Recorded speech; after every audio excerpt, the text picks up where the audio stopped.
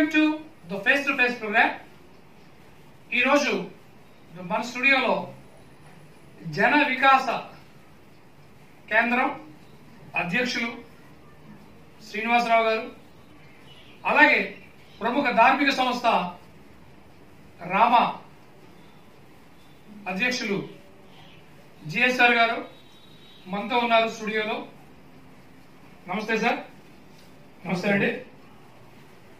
ఈరోజు ముఖ్యంగా వీరిని మన స్టూడియోకి పిలవడానికి గల కారణం ఏంటంటే, దేవుడి పేరు చెప్పి అనేక రకాలైనటువంటి మోసాలకి పాల్పడడం అనేది ఈ మధ్య మనం తరచుగా చూస్తున్నాం. ఈ తరుణంలో ముందుగా ది కాన్సెప్ట్ ఆఫ్ గాడ్, అసలు గాడ్ అంటే ఎవరు, గాడ్ నిజంగా ఉన్నారా లేరా అనేటటువంటి ఈ అంశం మీద చర్చించాలనేటటువంటి ఉద్దేశంతో ఈ ప్రముఖుల్ని పిలవడం జరిగింది. సో వారి యొక్క అభిప్రాయాలు మనం తెలుసుకుందాం. సార్, ముందుగా మీ అభిప్రాయాలు తెలియజేసే ముందు క్రాస్ టాక్ లేకుండా ఉండడం కోసం ముందుగా ఒకరి తర్వాత ఒకరు మీ యొక్క అభిప్రాయాల్ని మీరు కానీ షేర్ చేసుకున్నట్లయితే మా ప్రేక్షకులు ఎవరి అభిప్రాయాలతో ఏకీభవిస్తే వారు ఆ అభిప్రాయాల్ని కొనసాగించడం కానీ లేదా మా ప్రేక్షకుల యొక్క అభిప్రాయాలు మార్చుకోవడం కానీ చేస్తారు. సో కాబట్టి ఎటువంటి వాదనలకి తావు లేకుండా మీ వ్యూస్ మాత్రమే షేర్ చేసుకోండి. ఆ వ్యూస్ లో ఉండేటటువంటి నిజానిజాలు దాన్ని బట్టి మా ప్రేక్షకులు ఏ విషయాన్ని గ్రహించాలనేటటువంటి విషయం వాళ్ళు చూస్తారు. సో కాబట్టి ముందుగా మన జన వికాస సంస్థ నుంచి శ్రీనివాసరావు గారిని మాట్లాడవలసిందిగా కోరుతున్నాను. థ్యాంక్ యూ సో మచ్ అండి for inviting me. According to my view, there is no existence of God. అంటే నా వ్యక్తిగత అభిప్రాయం మేరకు గాడ్ అనేది కాన్సెప్ట్ ప్రజల యొక్క బలహీనతల్ని ఆసరా చేసుకుని, వారి యొక్క భయాందోళనలను ఆసరాగా చేసుకుని, వాళ్ళ ఉండేటటువంటి తక్కువగా ఉండే ఆత్మవిశ్వాసాన్ని అనువుగా చేసుకుని క్రియేట్ చేయబడినటువంటి ఒక కాన్సెప్ట్ అని చెప్పి నేను అనుకుంటా ఉంటాను. నా దృష్టిలో భగవంతుడు లేడు. There is no concept of God. ఎందుకు అంటే చాలా రీజన్స్ ఉన్నాయి. కొన్ని రీజన్స్ మీ ముందు పెట్టదలుచుకున్నాను. ముందుగా, ఈ భగవంతుడిని ప్రార్థించేవారు, అర్థించేవారు ఒకసారి మీరు చూసినట్లయితే, ఎవరికైతే తక్కువ కాన్ఫిడెన్స్ ఉంటుందో, ఎవరికైతే లైఫ్ పట్ల ఫియర్ ఎక్కువగా ఉంటుందో, సో ఇటువంటి వ్యక్తులు, నార్మల్లీ వీక్ హార్టెడ్ వ్యక్తులు ఎవరైతే ఎక్స్టర్నల్ ఫోర్సెస్ కోసం చూస్తారో, those who are looking for miracles just like the magic, ఇట్లాంటి వ్యక్తులు ఎక్కువగా బిలీవ్ చేయడం జరుగుతుంది. నా దృష్టిలో God is nothing but a belief, sometimes blind belief also. ఈ బిలీఫ్ ని బ్లేస్ చేసుకుని చాలా మంది అన్ని రిలీజియన్స్ లో, I'm not talking about a single religion or a specific religion, the common people ని టార్గెట్ చేసి అమాయకుల్ని ఆడుకోవడం అనేది జరుగుతుంది. ఇక్కడ నిజంగా గాడ్ అనేటటువంటి వ్యక్తి ఈ సృష్టిలో ఇన్ని కోట్ల మందికి ప్రీస్క్రిప్టెడ్ తలరాతను రాసి భూమి మీదకి వదిలి, అకార్డింగ్ టు ఆ స్క్రిప్ట్ ప్రకారం ప్రతి క్యారెక్టరు తన యొక్క పరిధి మేర జీవితాన్ని గడపాలి అంటే ఇది somehow abstract, which is not real అని నాకు అనిపిస్తుంది. ఇది ఒకటే కాదు, అనేక రకాలైనటువంటి సంఘటనలు మనం నిరూపించవచ్చు గాడ్ లేడనేటటువంటి విషయాన్ని. మనం చూస్తున్నాం ఎన్నో రకాలైనటువంటి ఉపద్రవాలు, పెను ప్రమాదాలు, దుర్ఘటనలు, ఇటువంటి వాటిల్లో ఎక్కువ మంది అమాయకులు, సామాన్యులు, అవంశవం తెలియనటువంటి వ్యక్తులు ఉన్నారు. వీళ్ళు ఏం పాపం చేశారండి? వాళ్ళు నిత్యం దేవుణ్ణి కొలిచేటటువంటి వ్యక్తులు. మరి వాళ్ళని రక్షించాలిగా. సో ఇవన్నీ కూడా మన లాజిక్ అందని విషయాలు. అయినప్పటికీ కూడా మనిషి ఎప్పుడైతే తన స్వశక్తి మీద నమ్మకం కోల్పోతాడో అప్పుడు ఎవరో ఒక సహాయాన్ని అందించడానికి ప్రయత్నిస్తాడు.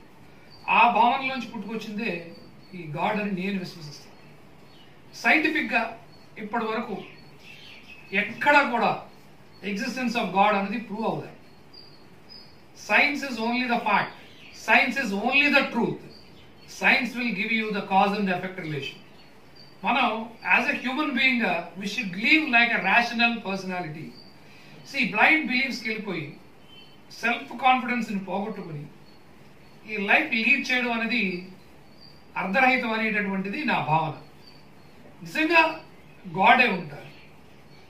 ఇక్కడ ఈ సృష్టిలో ఇన్ని రకాలైనటువంటి పైన ఉపద్రవాలు ఉండేవి కావు. అది కూడా గమనించాలి. ఈ గాడ్, ఈ జాతకాలు, ఈ న్యూమరాలజీ ఇవన్నీ కూడా నా దృష్టిలో లేవనేటటువంటి భావన. ఇప్పుడు ఒక ఆకలితో ఉన్నటువంటి ఒక వ్యక్తికి పెట్టడానికి సంశయిస్తారు. తీసుకున్నటువంటి గాడ్కి ఎన్నో ఆఫరింగ్స్, ప్రసాదాలని, అవని ఇవని పెడతా ఉంటారు. ఇది ఎక్కడ లాజిక్ అర్థం కాదు. ఏ సందర్భంలోనైనా, ఎటువంటి పరిస్థితుల్లోనైనా గాడ్ ప్రసాదం స్వీకరించినట్టు కానీ, వాళ్ళు ఇచ్చిన ఆఫరింగ్ స్వీకరించినట్టు కానీ ఎక్కడ లేదు. ఇవన్నీ కూడా హ్యూమన్ మేడ్.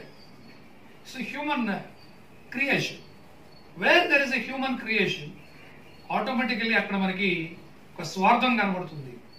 ఇవన్నీ కూడా నేను అనుకోవడం ఏంటంటే, వ్యక్తుల పైన, సమాజం పైన ఒక అధికారాన్ని చెలాయించడం కోసం, వ్యక్తుల్ని ప్రభావితం చేయడం కోసం ఈ కాన్సెప్ట్ అనేటటువంటి గాడ్ క్రియేట్ చేసి ప్రజల్ని కంట్రోల్లో ఉంచాలి అనేటటువంటి భావాన్ని కల్పించారని నా ఉద్దేశం. మీరు అబ్జర్వ్ చేయండి, 100% ఆత్మవిశ్వాసం ఉన్న వ్యక్తి, 100% తన యొక్క పనిని తాను చేసుకోగలనేటటువంటి వ్యక్తి చాలా తక్కువ సందర్భాల్లో మాత్రమే గాడ్ని ప్రైజ్ చేయడం జరుగుతుంది, పూజించడం జరుగుతుంది. ఇవి చాలా ఎక్కువగా మనం చూస్తూ ఉంటాం. మీకు గుడుల్లో కానీ, చర్చెస్లో కానీ, మసీదుల్లో కానీ ప్రేయర్ చేసే వ్యక్తుల్లో 99.9% ప్రాబ్లమ్స్ వాళ్ళ వ్యక్తిగత జీవితాల్లో అధికంగా ప్రాబ్లమ్స్ ఉండేటటువంటి వ్యక్తులే ఎక్కువ మంది మనకు కనబడుతూ ఉంటారు.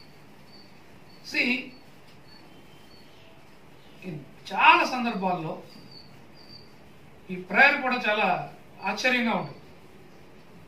ఆల్వేస్ ఆస్కింగ్, ఇది అది అది ఇది ఎక్కడికి వెళ్తుంది? అలా ఇచ్చేసే మాట ఉంటే ఈ సిస్టమ్ అంతా ఎందుకు? ఎప్పుడు పుస్తకం తీయనటువంటి ఒక విద్యార్థి ఎగ్జామ్ ముందు గుడికి వెళ్ళి ఒక 4 బొట్లు పెడతా ఉంటాడు. సో దీనివల్ల గాడ్ గుడికి వచ్చాడు కదా అని చెప్పి ఎగ్జామ్ పాస్ చేశాడుగా. సో ఇటువంటి సంఘటనలు చాలా ఫనీ అనిపిస్తూ ఉంటాయి. అట్లాగే చాలా మంది భక్తులు, సో నాకు ఇంత లాభం వస్తే మీకు ఇంత ఇస్తుంది. So this is kind call business. So ఇటువంటివి చూస్తున్నప్పుడల్లా కూడా నాకు చాలా ఆశ్చర్యం అనిపిస్తూ ఉంది. సో నా దృష్టిలో ప్రతి ఒక్క హ్యూమన్ బీయింగ్ ఒక రేషనల్ పర్సనాలిటీగా ఉండి వాళ్ళ యొక్క కాన్ఫిడెన్స్ని పెంచుకొని సో సొసైటీకి మంచి చేస్తే సరిపోతుంది. సైన్స్ రూల్స్ని, రెగ్యులేషన్స్ని అర్థం చేసుకుంటే ఖచ్చితంగా వాళ్ళ లైఫ్ అర్థవంతంగా ఉంటుంది అనేటటువంటిది నా ఉద్దేశం. So once again I'm telling you, science is only existing, science is only the fact, science is only the truth, science is universal and acceptable. So understand the science behind every aspect. ఇది మీరు కానీ చేసినట్లయితే మీ లైఫ్లో చాలా కంఫర్టబుల్గా lead చేసేటటువంటి అవకాశం ఉంటుంది.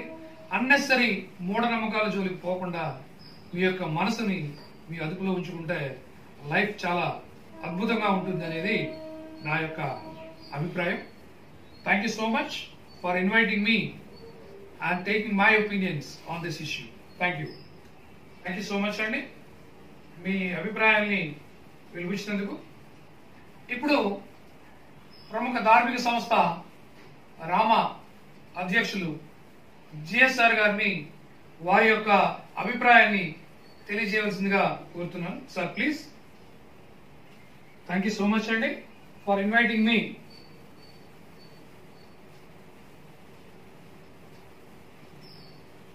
నా యొక్క అభిప్రాయాలు తీసుకోవడానికి పిలిచినందుకు మరొకసారి ధన్యవాదాలు.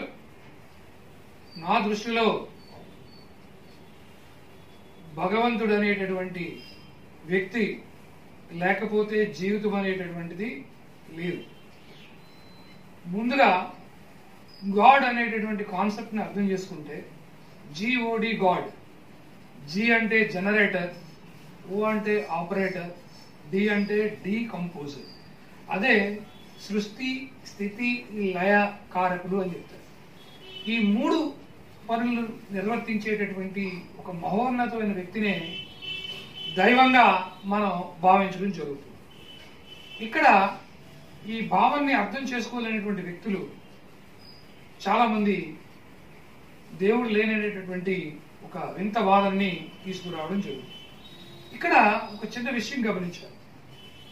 Science science science okay, science ఏం చెప్తుంది ఒకసారి మనం పరిశీలించినట్లయితే, సైన్స్ అంటే ఏంటి? ముందు సైన్స్ అంటే a systematized body of knowledge which shows cause and effect relationship. అంటే ఏదైతే కాజ్ అండ్ ఎఫెక్ట్ రిలేషన్షిప్ మనం ప్రూవ్ చేసి ఈ ఫిజికల్ వరల్డ్ లో చూపించగలుగుతుందో అదే సైన్స్ అని చెప్తారు. కానీ ఈ సైన్స్ కి బియాండ్, సైన్స్ కి అందనటువంటి అనేక అంశాలు ఈ సృష్టిలో చాలా ఉన్నాయి. మరి వాటికి సైన్స్ సమాధానం చెప్పలేదు. నేటికి కూడా మనిషి యొక్క ప్రాణం ఏ షేప్ లో ఉంది అనేది సైన్స్ ప్రూవ్ చేయలేదు. సో మనం తెలియంది, మనం చూడనిది, మనం విన్నది లేదు అనడం చాలా తప్పు. ఇక్కడ గాడ్ కాన్సెప్ట్ మీకు ముందే చెప్పాను, జనరేటర్, ఆపరేటర్ అండ్ డికంపోజర్. ఇక్కడ మనం ఒక చిన్న ఉదాహరణ తీసుకుంటే, ఒక వ్యక్తిని తీసుకుని అమెరికా ఉందా అనేటటువంటి ఒక ప్రశ్న కానీ మనం వేసినట్లయితే, ఆ వ్యక్తి అమెరికా వెళ్ళనప్పటికీ కూడా, అమెరికాని చూడనప్పటికీ కూడా ఉంది అనేటటువంటి సమాధానం చెప్పాడు. ఎందుకు, ఎలా చెప్పాడు అంటే, అమెరికా యొక్క ఫోటోలు చూడడం, అమెరికా వెళ్ళొచ్చిన వాళ్ళు అమెరికా విశేషాలు చెప్పడం, అమెరికా గురించి రకరకాలుగా వాళ్ళకి సమాచారం తెలుసుకుని అమెరికా ఉంది అనేటటువంటి విషయాన్ని విశ్వసించడం జరుగుతుంది. అంటే ఒక ఫిజికల్ వరల్డ్ చూడనటువంటి దాన్ని ఉంది అని నమ్ముతున్నప్పుడు, సో ఇంత సృష్టి చేసినటువంటి భగవంతుడిని ఉన్నాడు అని నమ్మడానికి వచ్చిన ప్రాబ్లం ఏంటో నాకైతే అర్థం కావట్లేదు. ఒక విషయం, సైన్స్ ఏం చేయగలదు మనం చూద్దాం. Human being cannot create any material, cannot destroy any material, only he can change the form. అంటే పదార్థాన్ని సృష్టించలేడు, పదార్థాన్ని నశింపజేయలేడు, పదార్థాన్ని మార్పులు చేసుకుని తమ యొక్క అవసరాలకు అనుగుణంగా వినియోగించుకోగలరు. ఇక్కడ నా ప్రశ్న ఏంటంటే, మరి ఆ పదార్థం సృష్టించిన వ్యక్తి ఎవరు? సో మీరు సైన్స్ అంటున్న వ్యక్తులు నేచర్ అని చెప్పొచ్చు, నేను గాడ్ అని చెప్తాను. అట్లాగే సైన్స్ కొన్ని ప్రిన్సిపల్స్ డిస్కవరీ చేసింది, very good. So earth rotate అవుతుంది అనే విషయాన్ని ప్రజలకు తెలియజేశారు, బాగుంది, చాలా సంతోషం. గ్రావిటేషన్ ఉంది అని కనుగొన్నారు, చాలా సంతోషం. బట్ ఈ ఎర్త్ కి రొటేట్ అవుతుంది కరెక్టే, కానీ ఎవరు తిప్పుతున్నారు? అదే మేము invisible power, you can say God. ఇట్లా ఇక్కడ గ్రావిటేషన్ ఉంది కరెక్టే, గ్రావిటేషన్ వల్ల మనకి ఏ వస్తువు అయినా మీదకి వెళ్తే కింద పడుతుంది అని చెప్తున్నారు సైన్స్. బట్ ఆ గ్రావిటేషన్ పవర్ ఎవరిచ్చారు? సృష్టిలో ఏది ఆటోమేటిక్ కాదు, మనం క్రియేట్ చేసిన తర్వాతే ఏదైనా సరే ఆటోమేటిక్ అవ్వడం జరుగుతుంది. సో ఈ క్రియేషన్ అన్నదే గాడ్ అని చెప్పి మేము విశ్వసించడం జరుగుతుంది. చాలా మంది చాలా రకాలైనటువంటి వితండవాదాలు ఉంటాయి. ఏంటి అంటే గాడ్ ఉన్నాడు, ఓకే, ఉంటే ఇది చూపించండి అనేటటువంటి ఒక వాదన. ఇలాంటి వాదన చేసే వ్యక్తులకి నాది ఒక చిన్న ప్రశ్న. ఫస్ట్, అసలు గాడ్ మీకు ఎందుకు కనిపించారు? గాడ్ మీకు కనిపించేటటువంటి మహానుభావుల మీరు అంత గొప్ప వ్యక్తుల అనేది ఒకసారి ప్రశ్నించుకో. ఇంకా ఒక డిస్ట్రిక్ట్ కలెక్టర్ మనం కలవాలి అనుకుంటే చాలా పెద్ద ప్రొసీజర్ ఉంటుంది. అంటే ఒక డిస్ట్రిక్ట్ కలెక్టర్ గారిని కలవడానికే పెద్ద ప్రొసీజర్ ఉంటే, ఈ సృష్టి మొత్తాన్ని సృష్టించి సో రాజ్యం వెళ్తున్నటువంటి ఈ భగవంతుడిని కలవాలి అంటే ఎంత పెద్ద ప్రాసెస్ ఉండాలి, మనం ఎన్ని అవాంతరాలు దాటుకుంటూ వెళ్ళాలి అనేది ఒకసారి ఆలోచించాలి. దాన్ని బట్టి మనకి అర్థమవుతుంది. ఓకే, ఇప్పుడు భగవంతుడు అనేటటువంటి వ్యక్తి మానవుల మధ్యలోకి వచ్చి మానవ కార్యకలాపాలని నియంత్రిస్తూ ఉన్నాడు అనుకోండి, అప్పుడు ఏం జరుగుతుంది? ఈ సృష్టి ఒక బొమ్మలాటలా అయిపోతుంది. ఎందుకంటే ప్రతి ఒక్క వ్యక్తి తన సహజ సిద్ధమైనటువంటి స్వభావానికి విరుద్ధంగా ప్రవర్తిస్తూ ఉంటాడు. ఎందుకంటే బికాస్ ఆఫ్ గాడ్ ఫియర్, దేవుడు ఉన్నాడు కాబట్టి I have to do good things. ఇలాంటివి జరుగుతుంది ప్రతి దగ్గర. సో అప్పుడు ప్రపంచం ఎలా ఉంటుందో ఒక్కసారి ఆలోచించండి. సో ఇక్కడ మనకి మనలా ఉంటూ మన సహజ సిద్ధమైనటువంటి స్వభావంతో బతికేటటువంటి స్వేచ్ఛని ఇవ్వడం కోసమే భగవంతుడు ఈ రకమైనటువంటి మార్గాన్ని సృష్టించాడు అని మేము ప్రధానంగా బిలీవ్ చేస్తూ ఉంటాం. అట్లాగే చాలా మంది చాలా హాస్యాస్పదంగా దేవుడికి చాలా ప్రసాదాలు పెడతా ఉంటారు. ఆ ప్రసాదాలు ఏనాడు తీసుకున్నట్టు చూడలేదు అనేటటువంటి ఒక వాదన. దీనికి కూడా మనం చాలా చక్కగా సమాధానం చెప్పవచ్చు.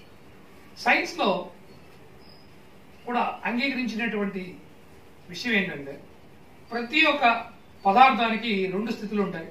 ఒకటి సూక్ష్మ స్థితి, రెండు స్థూల స్థితి. ఇక్కడ ప్రసాదం అనేటటువంటి కాన్సెప్ట్ లో మన ప్రేమపూర్వకంగా మనం ఆఫర్ చేస్తున్నటువంటి పదార్థంలో సూక్ష్మ స్థితిని భగవంతుడు గ్రహించి స్థూల స్థితిని వదిలిపెట్టడం జరుగుతుంది. ఈ భావాన్ని అర్థం చేసుకుంటే ఖచ్చితంగా మనం ఇలాంటి ప్రశ్నలు వేయడం అనేటటువంటిది జరగదు. ఇక భగవంతుడు ఒక నిర్ణీతమైనటువంటి నిర్దేశాలతో ఈ ప్రకృతిని సృష్టించడం జరిగింది.